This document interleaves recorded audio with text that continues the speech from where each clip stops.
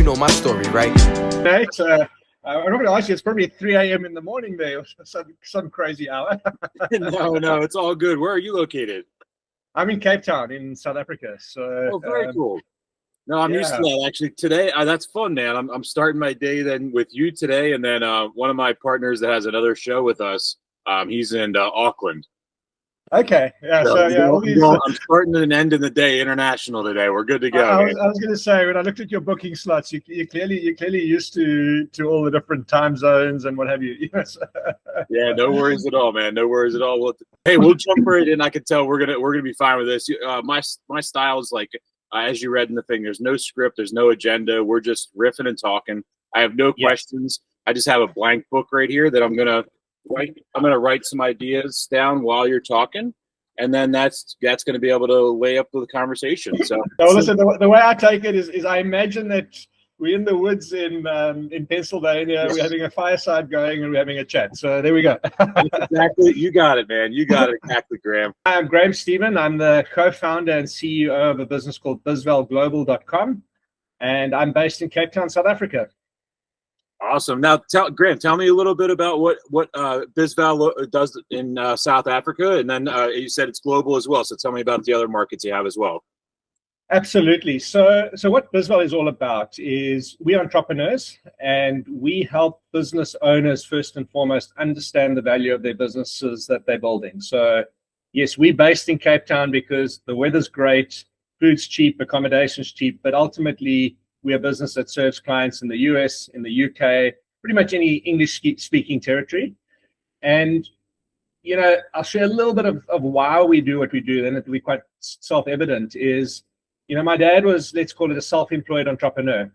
And, at the age of 74, he's still having to work because he didn't build something that he could sell. And that was kind of the inspiration around Bizval is, I didn't want other entrepreneurs to be like that. I wanted them to understand that they're actually building a business that has value. And if you're building something of value, you need to understand what that value is and how you can actually realize that value. So Bizval was developed to help entrepreneurs understand the value of the business they're building so that they can do something about it over time. And we love working with entrepreneurs globally, from a $500,000 a year business to a $50 million a year business. It's around engaging entrepreneurs, and then also, advisors and fractional CFOs who work with those entrepreneurs is basically helping and empowering them. Excellent. So you work with them you can work with them from a fractional CFO standpoint as well, all the way down to basically compiling the valuation for an exit. Yeah, absolutely. So we aren't a fractional CFO. I mean, okay. So we're completely independent. And what we've done is something like a valuation, where you talk about that, most people they think it's some complicated, complex thing that you've got to go to a big four auditing firm or whatever to do. And the reality is it's not. Okay, we think of it a little bit like a health check. I mean, you're probably a few years younger than me, Nate, but it's a bit like, if you go after a certain age, you go for a medical checkup at the doctor every year, and he kind of tells you, look, you're good for another 10 years or you're not, or you need to change your diet. And a business is a bit like that as well. So we kind of do that health check on the business and effectively tell you what your expected life expectancy is, i.e. your value, and also what you can do to improve that. Do you need to stop drinking less, stop drinking as much beer, or do you need to go for a walk every morning, or whatever the case might be? So I use that kind of colloquial language because it's actually as simple as that. So we help them understand what things make their business valuable and then what they can do to improve that value over time. And our engagement is a mixture of what we call tech and touch. So we've got technology and a website to enable you to do it. You can do it yourself, or you can do it with us. So most clients we engage for, anywhere between half an hour for some of the sort of smaller, easier clients, up to sort of 2 to 2.5 hours. Online, Zoom, face-to-face, depending where you are in the world. That's awesome. Now, talk to me about. Take me from a personal level. You struck a nice emotional chord for me. So I've been running my own business for 20 years, and it's not always been the best. You know what I mean? It's had great months, and it's had some years where there's been some dark times, and it is incredible to me that when you just with your story there, you roll right past it, and I loved it though. Like the reason and the purpose as to why So let's go back to that and talk about I want to talk about you being an entrepreneur, but first I want to talk about you from the lens of a child of an entrepreneur. So kind of walk me through growing up with your dad as an entrepreneur. And like you said, him constantly feeding it for himself as a solo entrepreneur, but not necessarily having something that a tangible asset that can be valued later for X multiples. Absolutely. At the end of the day, it's all about stories, and that's one of the things. It's not just about the number; it's about the story behind that. But if I go back to my childhood, my dad was an artisan by trade. He was what they call a millwright. So electrical, mechanical, and at the age of 42, he got retrenched. He got made redundant, and we were going in South Africa. There was some, political developments at the time. It was difficult for him at that age to go and find another job, so to speak, that could support the family. And he kind of went into entrepreneurship or his own business, because he needed to survive and pay the bills and put his kids through school and all those good things. My mom was a teacher, so she wasn't earning oodles of money, but doing something really impactful. And he started a business, doing anything from handyman work to garage gates and doors. And, he's good with his hands. Like you, he was self-employed. He never grasped the concept of actually building a business beyond himself. So if he got sick, he couldn't go and do a job. When the economy was great and he had lots of demand, he could only do what he could do. And for him, that's absolutely great. In terms of his personality and who he was, absolutely wonderful. We always had time with him as a kid. He stopped working at 6 o'clock in the evenings. We had time with him on the weekends. But at 74 years old today, he's still doing that. He still has to do the odd jobs. And as much as he tried to put money away to save and all of those sorts of things, there are limitations to what you can do. So I grew up, interestingly enough, with my sense of entrepreneurship was something that you did. You started a business if you couldn't get a job. It was almost this limiting belief. If you're not good to get a really good, Wall Street job or whatever the case might be, then you become your own business person.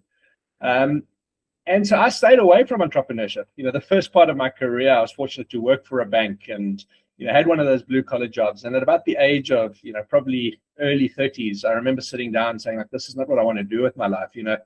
As much as I thought my dad could have done more, a kind of a penny kind of dropped that actually there was some wisdom in what he was doing, but the way that he had gone about it could be done better. And I was at that stage starting to work with a lot of entrepreneurs in the work that I was doing, and started to see the other side. The internet was making.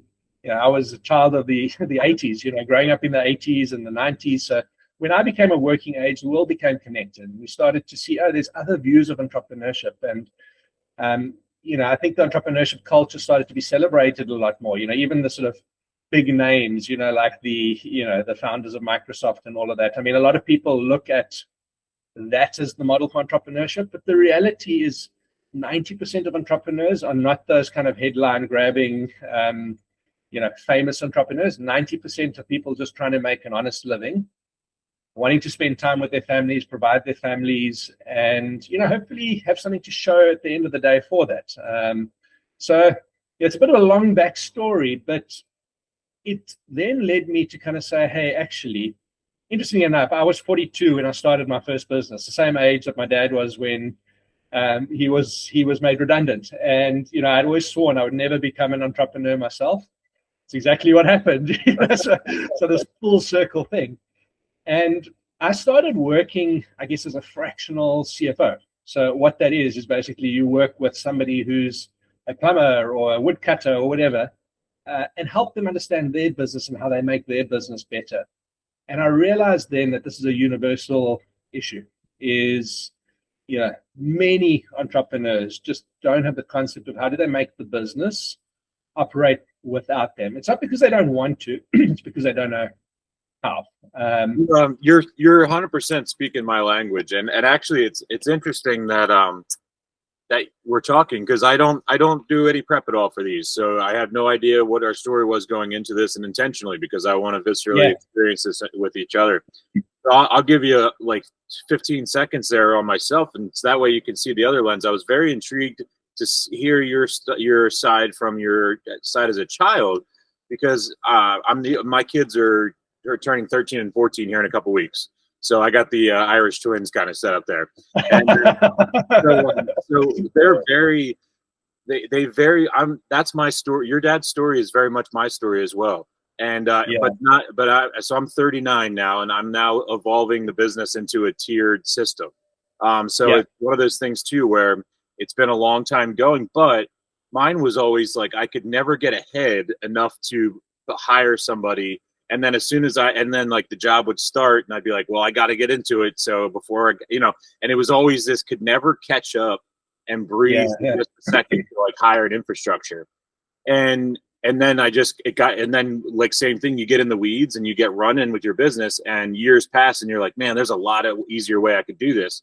And I met my partner I've known for 20 years. We went to college together, and he worked for Vanguard, and he just recently retired. And he's been helping me really structure this whole thing, because this podcast, I'm going to record with you. I'm going to edit it myself, and I'm going to put it up. It's like I don't have a whole bunch of people. So, but he's working with me on building infrastructure and systems. So I want to introduce you guys afterwards as well, because I think you two would get along very well with the way your brains work and things like that. So. No, that's phenomenal. And it's so interesting you raise that. I mean, because I've actually got a similar situation. Is my business partner, a guy called Howard, is, I think you'll probably shoot me for this, but I mean, I think he's 61, turning 62. Let me hope I don't get the years wrong, but a little bit like, and I don't want to quote the book necessarily, like Rich Dad, Poor Dad is, Howard is a serial entrepreneur. He's built 30 businesses over the years. 17 here. He's probably like your business partner. And, when we went and started Bizval together, he was like, we're building this as a business that can scale. So, I've had that sort of mentorship and guidance as well. And sometimes, it's so helpful to have that person who understands that they can get you out of your own head. Sometimes you're thinking about where's the next invoice going to come from, so you can pay the school fees at the end of the month. My kids are 15 and 12 as well, so I completely get it.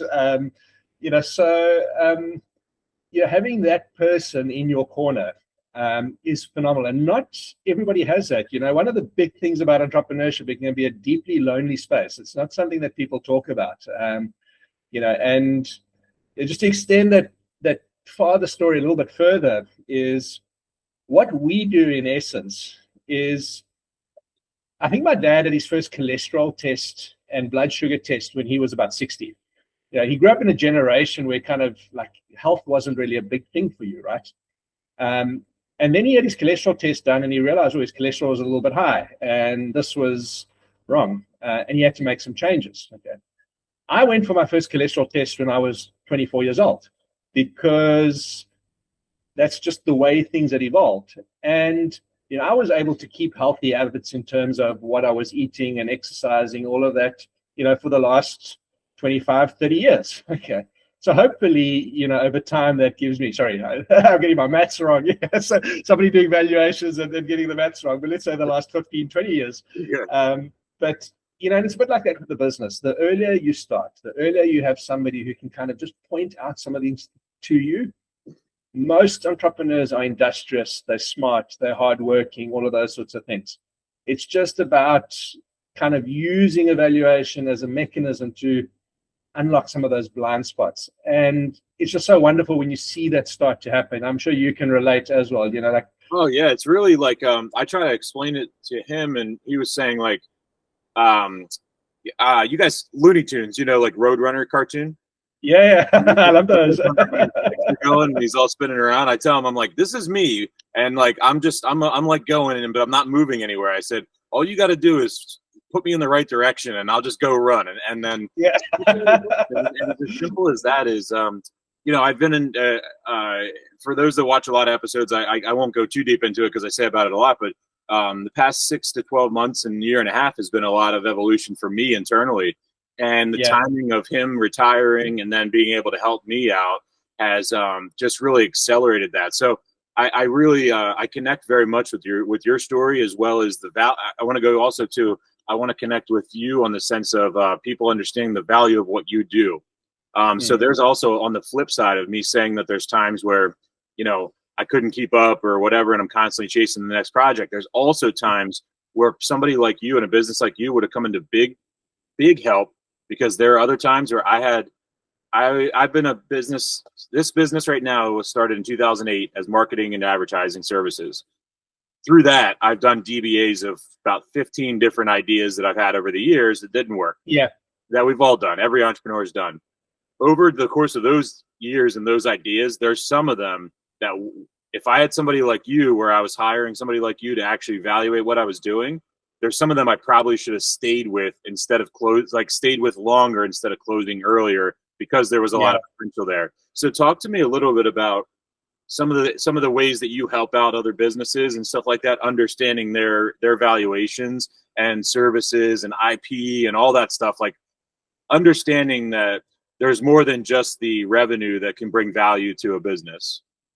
Absolutely. I mean, let me try to break it down into, I love stories and I like to kind of simplify things. So, when you think about what is a business worth, okay, in simple terms, the way a lot of businesses get valued is what they call a multiples approach. I just want to start there quickly. And what a multiples approach is basically a comparative approach.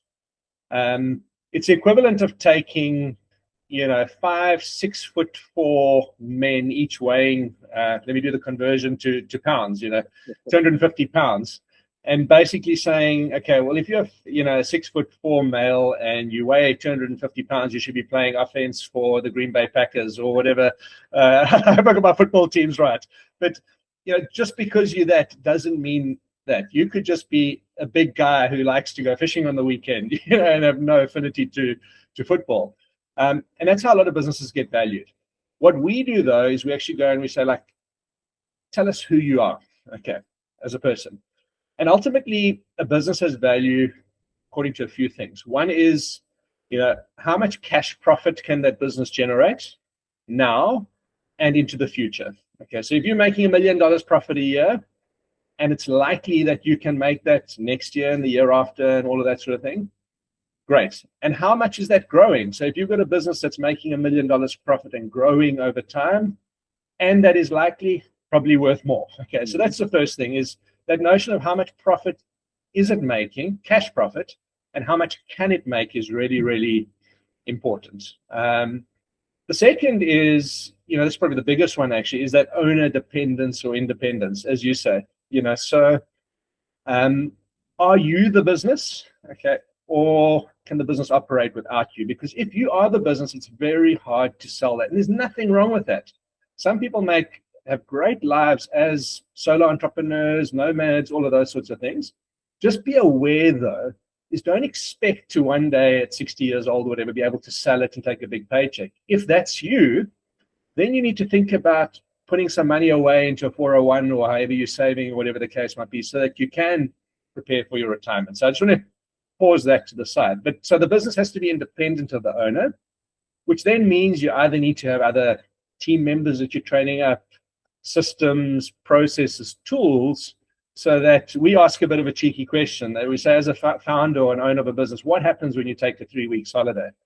And if the answer is, listen, I can't take a 3-minute holiday, let alone a 3-week holiday, then you've got problems. Whereas if you can go away for 3 weeks without your mobile phone and things tick along, fantastic. So, one of the ways you address that is, have you got systems and processes? And today, in the age of, the internet and information age and AI and all of that, there's so many tools that you can use to make your business so much easier. I mean, in your line, Nate, I'm sure you've seen what AI has done for video editing and stitching things together. There's a lot of stuff that kind of just streamlines that process. So the tools around that. And then I guess a third one is what we talk about is customer concentration. So, in very simple terms is, are you making all your revenue from one big customer? Are you making your revenue from a bunch of different customers, geographically spread, whatever? If it's one big customer, if you've got a contract with, I don't know, let's say you provide water hoses, and you've got a contract with the local fire station, and that's all you got, or the firehouse, if they go out of business, then you've got a problem. So we call that diversification. How many clients do you have, how they spread, all of those sorts of things. So those are just 3 basic things that we look at. There's a bunch of other things you look at, in terms of your market and the size of the market and all of those good things. But it comes down to fundamentals. And again, I'll use that health analogy I used a little bit earlier. Yes, today you've got the technology to go and have, genetic testing and MRI scans and all of those sorts of things. But at the end of the day, there's some markers that you can do. You can check your weight, you can check your eyesight, you can check your blood cholesterol, you can check your blood sugar. And for 80% to 85% of people, if you understand those things, you can live a healthier and better life.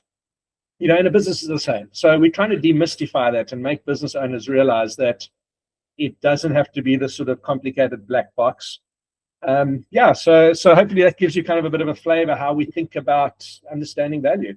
No, exactly, and man, you just keep hitting all the. It's like my story. I branched out in one of my ideas in the past 2 years, and it was a complete failure. But it was an exact scenario what you said about having proper infrastructure. It was a discount warehouse, so I had a 10,000 square foot warehouse, and I was buying overstock tractor trailers from Target, Home Depot, all that stuff, and then selling them at a discount to the local community. And it was a great service. I was in a rural community, so it was a very big draw. I was ironically right across the street from a Dollar General, and I was selling stuff from their store at a discounted rate, and then Target and all that stuff. Anyway, long story short is story of an entrepreneur. Me and my family, for the course of the year, I was having trouble with the owners of the building. The roof was leaking and collapsing in certain areas, and it was a very bad building. But it was one of those scenarios as an entrepreneur where it was the price was right, the location was horrible, but the price was right, and I was there was a lot of scenarios is why I made the choice. Long story short is 12 months into the lease, me and the kids go to the lake for a week and lock up, go to the week, close for the week, come back. And it rained while I was gone. The roof collapsed, and the whole it's a disaster scenario. The whole business. And so then, because it was a week and a half or however much time, the doors were locked and everything, and nobody been in and out, and it was just a mold bomb. And so I had to destroy everything in the building, and the insurance companies are still fighting about it, and I'm sure I won't see that money for years. But it's a real story that is less than a year old for me, and it's actually what ironically propelled me into really leaning in hard to this podcast was that exact scenario, because I swore never again that I would do brick and mortar and inventory, and I was my business is only going to be able to fit in a backpack from now on, and that was my commitment to myself after that experience, because you lose 6 figures and you're it takes a hit, whether you see it down the road or not, it's significant. So that's where for you to know, my business went from that to evolving to, from a physical standpoint, no more overhead than what'll fit in my backpack is my commitment. And so that's what I've been grinding out since that was September 2023 when I closed the doors and locked up on that, and I've been leaning into the podcast since then as far as that goes. So look, I mean, that's you touched on quite an important point there. When you think business and you think Wall Street and you think, all the sort of $1 trillion businesses and that, you tend to focus on the numbers. And even valuation by its nature says there's a number attached to that. But actually, it's the number is just one lens and one metric. That emotional side, that personal side, that real story that in every single entrepreneur and every single business is different. One person, it might be really important to them to focus on those metrics because that's what they want to do.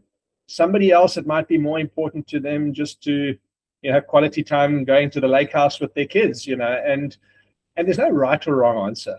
But you can't, and I don't even know if you know what an ostrich is in the United States. I'm not saying that tongue in cheek. You can't bury your head in the sand like an ostrich and just kind of say, I don't know. At some point as a business owner, and the reality, and we did a study, is 90% of business owners don't have an idea of what their business is worth. Okay. They have a number which they want to achieve, okay, and often that number is so far disconnected. And we always say, we'll tell an entrepreneur what they want, or not what they want to hear, but what they need to hear. But we will also, going back to that piece around who's the person behind that, because that's actually what it's all about at the end of the day. It's not about a number. It's not about the value of the business. It's about what's important to you as an entrepreneur, and using valuation as a tool to unlock that, to make your story better, is actually what we're all about. It sounds very sort of motherhood and apple pie, but at the end of the day, that's why I got to get out of bed every morning, is to just hear these entrepreneur stories, these founder stories, and how small changes and kind of having that sort of cataract removed sometimes and saying, oh, okay, so this is how I can make it better, or this is how I can avoid that mistake again.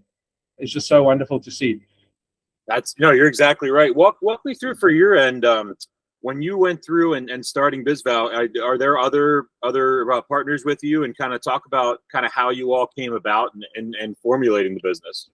Yeah, so very briefly, as I said, before we started Bizval, I was doing, let's call it freelance fractional strategy CFO. So I was working as the right-hand man to existing business owners to do this on sort of a like-minded, man. That's FreeMind is the name of the business, and I did it because I was basically. Did you ever get Entourage down there, the TV show on HBO, Entourage? No, I don't think I ever watched it. Yeah, I heard of it, but I say there called his name's Turtle. But basically, like you said, he was the right-hand man, and I was working for the owner, like millionaire owners of businesses at 19 years old, just running their dry cleaning to the store. I was running their cars to the car wash. I was like doing doing the airport runs and all that stuff. And so I started this business called FreeMind because I was like, they can free their mind to run their business and give me all their mundane tasks. And then that's how it started. And that's what it's been doing for 20 years. I've just been helping people. So free your mind so you can focus on yourself or your business. Yeah. That's awesome. So it sounds like similar to how you guys had started out. Yep. So something in a way, yeah. So and I would obviously focus on helping them, but that wasn't really what we call scalable. So I had 5 clients, and I spent a day a week with each of them, and it was wonderful. And then COVID hit, and my intent was to help businesses grow, to raise money, to think about exit, all those kind of things. And when COVID hit, what actually happened is a lot of those businesses, sadly, I think it's true all over the world, is they went into survival mode. And I was inundated. I was busier than I could ever be, but it was like, help me survive the COVID crisis. How do I keep the lights on? How do I, keep my house? How do I keep my employees? All of those things. And to be quite frank, that's not really what got me going. I could do it, and I had the skill to do that, but I really wanted to see people thrive. And through that, I actually met my current business partner, Howard. He's kind of my initial co-founder, and I've got a third co-founder as well. And Howard was as I said a little bit earlier in the show, that he, Howard was 59 at the time. He had built a number of different businesses, and he brought me in to come and assess an acquisition or a business that he wanted to buy. And experienced a similar challenges, like the owners of the business that he wanted to buy weren't quite clear, so he wanted me to come in and assess the business and see what it was worth.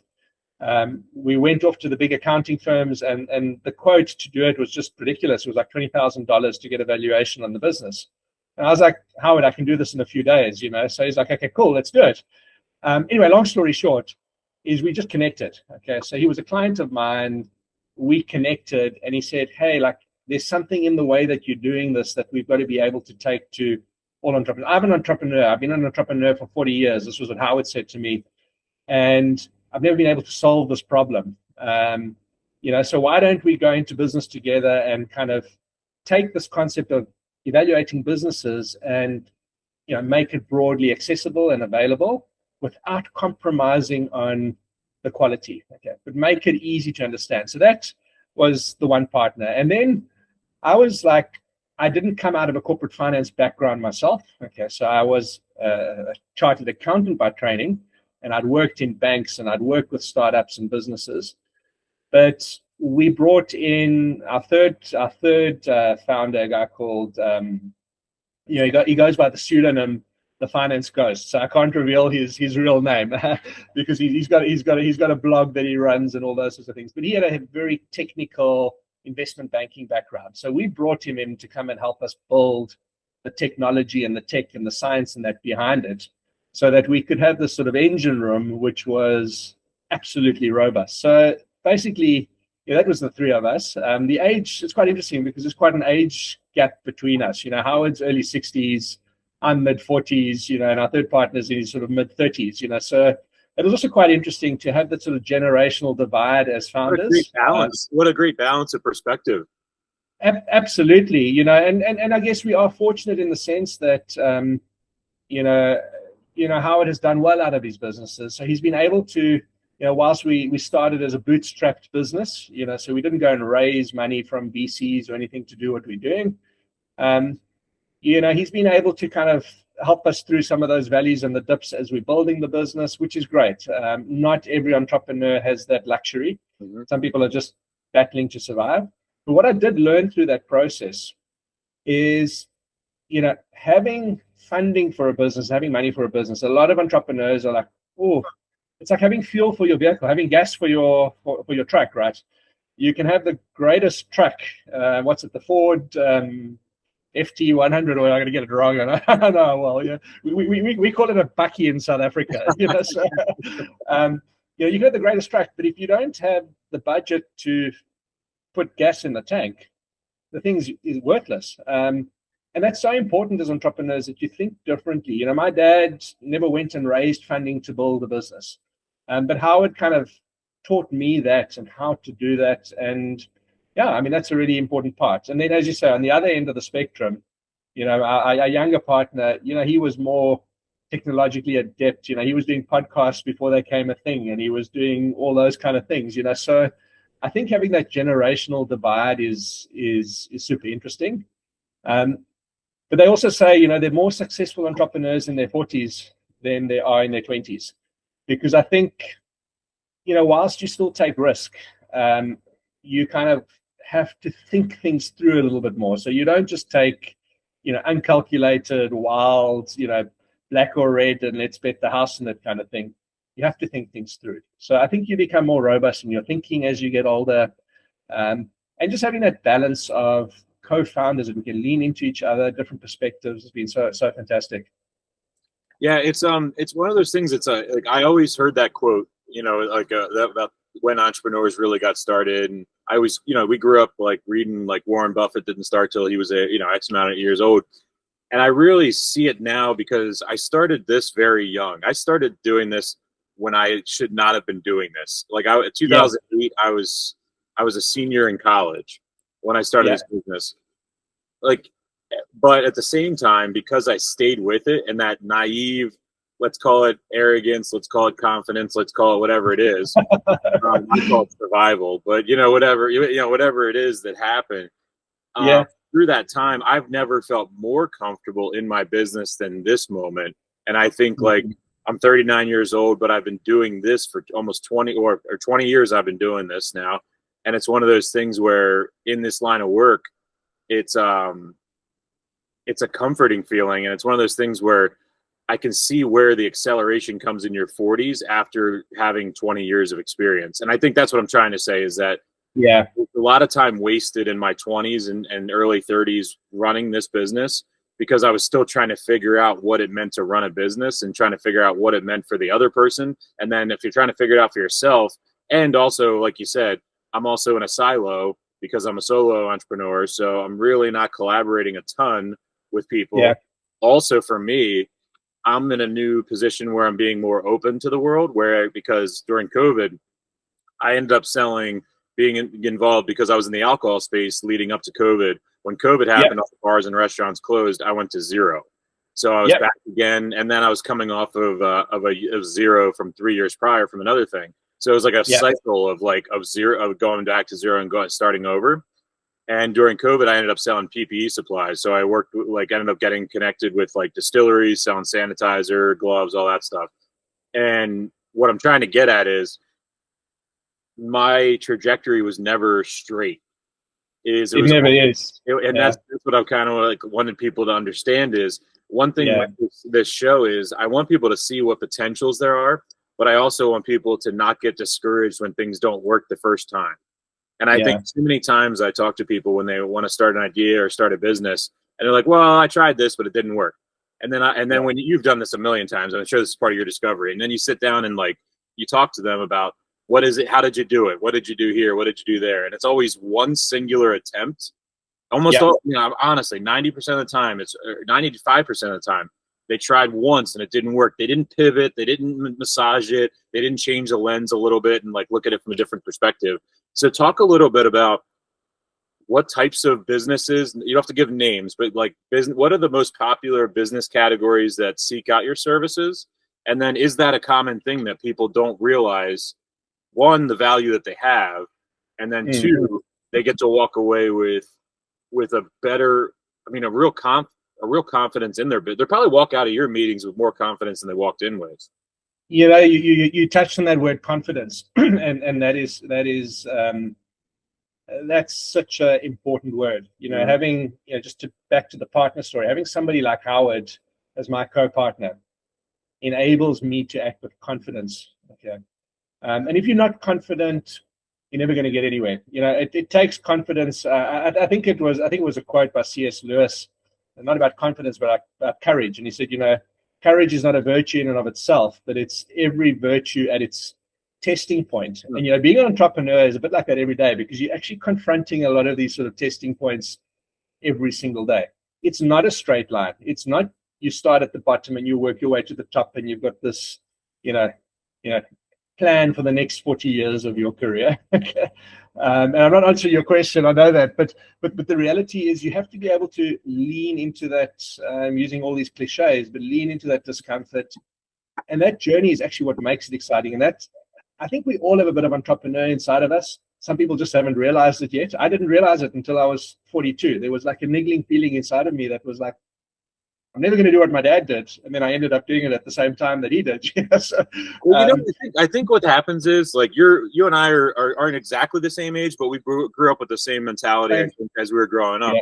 And I think what happened is, and this is not a blaming of the parents, it's society as a whole. Here's what we did. When I were growing up, it was like, you didn't want to be a plumber. You only wanted to be the president or a lawyer or whatever. We never as a society, when we were younger in the 80s and 90s, it was never the option. It wasn't, one, entrepreneurship wasn't an option. It wasn't something that was talked about. It was become a lawyer, become the president. You can do whatever you want to do. But now the kids today, and this is not one of those kids today or both. No, this is one of those kids today do have a lens where they can see entrepreneurship means so many things. And it doesn't just mean a boardroom with a corner office in a high rise in a city. And also we can see that being a plumber or a skilled tradesman is not a negative thing. And for us, I don't know as much about like in where when you were growing up, but over here, people that are our age are having a very unfortunate realization that those of us that made the investment to go to college because that was what we were supposed to do, and now we have our debts or whatever else and all the different things that happen. That's not the complaint. We all took the loans out. We all need to pay back the bills. That's not where I'm going with this. Where I'm going with this is we believed and we trained our kids, being us, that you had to go to college in order to be successful, and anything outside of going to college and anything outside of the other end of college was not successful. And I feel like that really threw our societal trajectory off for a couple decades.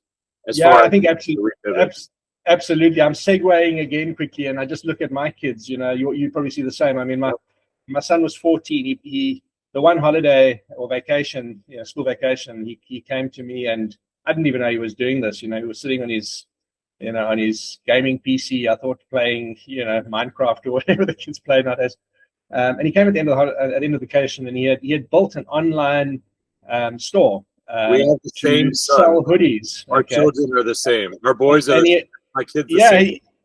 He had found my PayPal login and password and integrated the payment gateway, and I was like, his name's Matthew. I was like, Matt, what? Like when did you do this? He's like, no, he's been working on it like just on the background, I was like, wow, I mean, at that age, I was probably climbing trees or, doing crazy stuff like that. But, anyway. That's original... awesome. That's awesome. My son Jack's the same way. Last summer, he was doing cold outbound reaches to podcast guests at 11 or 12 years old. And he's like communicating with them and booking guests for the podcast last summer. Oh, that's so cool. But anyway, back to your question. So what kind of entrepreneurs it's across the spectrum, it's such a broad concept. Anything from plumbers, removal businesses, through to, we work with even startups. We work with businesses in the biomedical space, building technology to pick up disease in water, so it's such a broad spectrum. And that's what's super interesting. I mean, I guess like with your podcast, Nate, you probably meet people from all over the world doing crazy stuff. And we see that every day as well. So there is no box that you can fit an entrepreneur into. There are some common traits, though, that we see. And that is, the successful ones are solving a real problem. Okay, it could be a big problem or a small problem. And most of them, are doing that well. And I think the difference when it comes to understanding and unlocking value is the ones that are successful are the ones that are able to move beyond just, I'm doing this for myself. So most of the people who come to us because they've had this realization that they want to create value. Maybe a bit of the dark side to this. We also get a lot of people coming to us when it's too late. Okay. So things like, my partner has died. Okay. Now suddenly I need to pay out their surviving spouse, for their share of the business. What's it worth? The business doesn't have any money to pay them out. I've got a problem. Or the IRS has come knocking and said, hey, you've got a capital gain, or you've sold part of your business, now it's worth something. So we get a whole bunch of different use cases, not just people growing their businesses, it's people who kind of hit a problem where suddenly they realize, I need to know what my business is worth. And it's too late. So I know it's not a direct answer to your question, but it's across the spectrum of business owners. Our typical business size, though, and maybe this will give some guidance, is usually between a $2 million a year to a $20 million a year business. We do, not that small is worse, $500,000 a year business. We've done a $200,000 a year business, and there's a lot of those. Doesn't mean that you're too small or you're too big, but it's more about the mindset than the size of your business. I've seen $100 million businesses where the mindset is one of a small business. Mm-hmm. And I've seen $500,000 businesses where the mindset is one of a big business. And that is actually, it's interesting that your podcast is called the FreeMind Podcast. A lot of the time it comes down to actually, thinking about that. It's a mindset shift. And if all we do in our engagement with our clients is help them have a mindset shift around, okay, what am I doing and what's my path? I think we've accomplished half the goal already. That's I really appreciate you bringing it back to that as well, because that's exactly it. All it is a mind shift. And when I come in and I help businesses on the backside with my consulting, that's all it is. I'm not coming in with heavy lifting. I'm not coming in with magic or sprinkling fairy dust on anything like that. I literally sit down with people. Exactly what I try to tell people is, like, it's exactly what this podcast is. Like, it's always, so this podcast came out of discovery meetings where I was just carving out 60 minutes of an open forum with prospective clients. And then I was just getting these incredible stories. And I'm like, the world needs to hear these stories, regardless of whether you sign with me as a client. And so all of a sudden the podcast was born from that. Yeah. Yeah.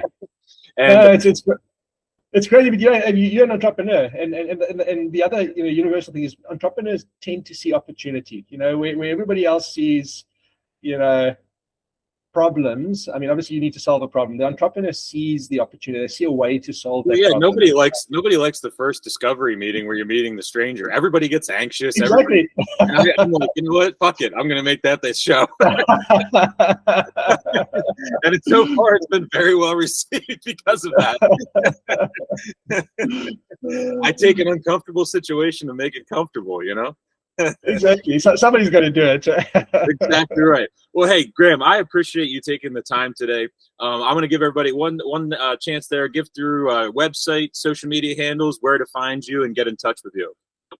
Fantastic, Nate. This has just been wonderful chatting to you. One of my big challenges, I love to segue, and my mind can go all over the place sometimes. But in terms of, if you want to get hold of us, our website is easy. It's www.bizvalglobal.com. So it's biz with a Z. You can get hold of me at Graham. It's GRAHAM at bizvalglobal.com. That's probably the easiest way. If you search for that, you'll find our Twitter handles. You'll find us on LinkedIn. You'll find all of those good things. But yeah, probably the easiest way to get hold of us through those two channels. You know my story, right?